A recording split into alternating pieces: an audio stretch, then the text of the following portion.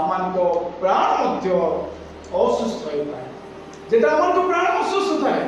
जेटा आमान को प्राण रोगग्रस्त थाए ताहा आमान को शरीर को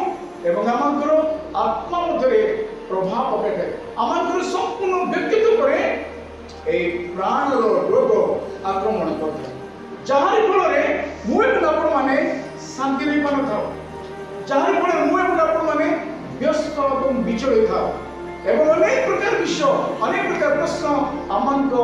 जीवन मध्य आसी था आपण माने जानतो जदि कौन सी व्यक्तिर प्राण मध्य रोग होता है प्राण असुस्थ होता है ताहले आपण माने जागतिक औषध द्वारा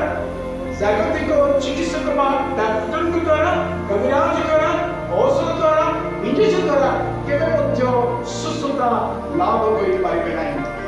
जदि आपण मन को प्राण असुस्थ होते जदि आपण मन को प्राण रोगाग्रस्त होते ताहले आपण माने सेही डाक्टर पाक जिबा हेबो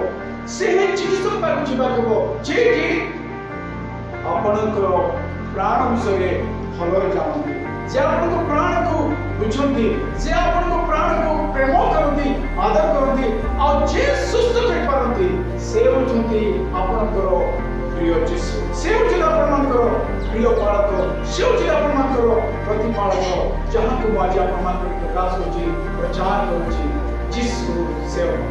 हालेलुया हालेलुया।